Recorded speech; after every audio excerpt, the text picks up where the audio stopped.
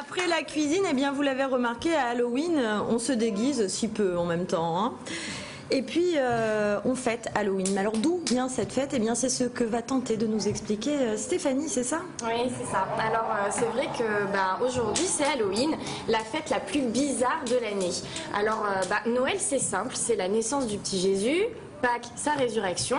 Mais Halloween, c'est quoi? On fête quoi? On fête qui? Freddy, Michael Jackson, Stéphanie Lièvre, peut-être, je sais pas. Elle est sympa. Ah, sympa, c'était petit. Mais... Alors, personne ne le sait, mais on la fête quand même. Alors en réalité, cette fête très populaire aux États-Unis est une tradition bel et bien européenne et gauloise pour être précise. Ah bon, ça ne vient pas des États-Unis? Eh non. En fait, c'est avant de nous revenir de son voyage américain avec une bonne teinte commerciale, Halloween n'avait pas cessé d'être fêté en France dans les régions comme l'Alsace ou encore la Lorraine. Alors cette fête vient d'une vieille tradition celtique qui s'appelle la fête de Samhain, qui était la plus importante des fêtes gauloises. Les Celtes d'avant la conquête romaine fêtaient ce jour-là leur nouvel an. Alors pour l'occasion, les druides cueillaient le gui, la plante sacrée qui donnait l'immortalité.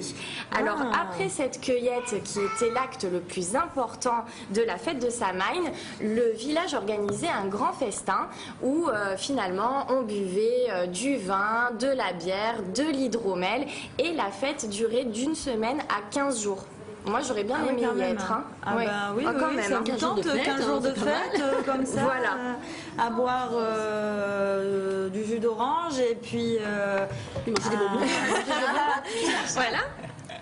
Alors cependant, les Celtes croyaient que les mauvais esprits profitaient des nuits plus longues à la morte saison pour venir tourmenter les vivants.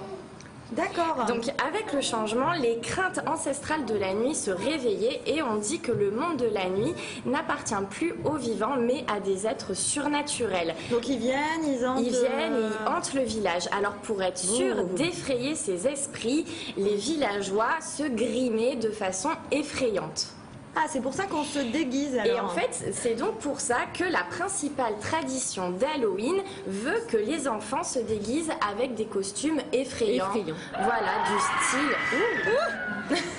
du style sorcière, squelette, monstre, et qu'ils aillent sonner aux portes en demandant aux adultes, souvent eux aussi déguisés, la preuve, des bonbons. On n'est pas déguisé d'abord. Non, c'est normal, tous les jours. Tout à fait naturel. Donc ils demandent des bonbons, des fruits ou de l'argent parfois, en disant dans les régions anglophones, attention, notez l'accent, trick or treat. Ou, très joli, hein, il parle bien anglais. Ouais, bilingue, fluent. Ou parfois Happy Halloween. D'accord, et donc pour la traduction quand même, des bonbons... Alors trick or treat, ce sont des bonbons, des douceurs ou un mauvais sort.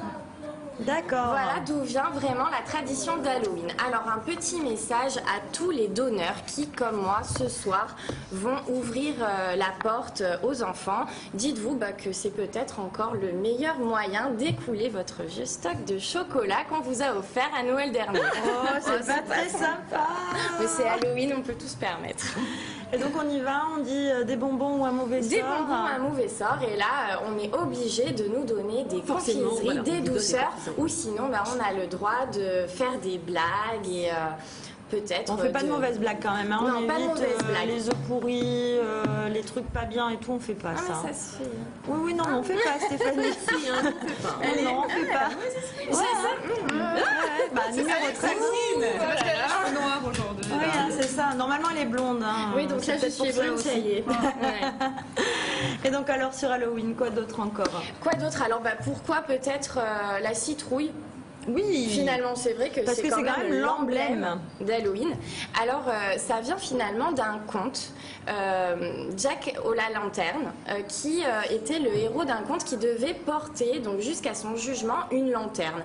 Et de ce fait, nous, on creuse des citrouilles et en forme donc de monstres, avec des gros yeux, une grande bouche et des dents acérées. Et on y pose donc une petite bougie, histoire de faire des formes d'ombre un petit peu effrayantes. Sur les murs de la maison. Exactement. Stéphanie, ne bougez pas, mais je crois que vous avez une araignée qui vous grimpe dessus. Bon. Eh ben elle s'accroche, hein. Oui. Je sais pas où elle est passée. Hop, elle est là. Hop là. Bon, en tout cas, merci beaucoup Stéphanie pour toutes ces petites informations bien sympas. Vous allez fêter Halloween? Ah oui, bien sûr. Je vais emmener mes enfants sonner aux portes. Karine? Je vais manger des chocolats. Oui. Ah, c'est pas Karine mal. la gourmande. Les miens. Non. Ah. Non, les Elle miens. ira pas sonner chez Stéphanie. Et vous, Magali, est-ce que vous êtes Elle toujours m'a à piqué fêter mon idée. Halloween? Je vais aller manger des chocolats. À la maison? Ouais. Volontiers. Voilà, vous faites ça tout ensemble en fait. Voilà. Super, et ben on va faire la fête juste après ça.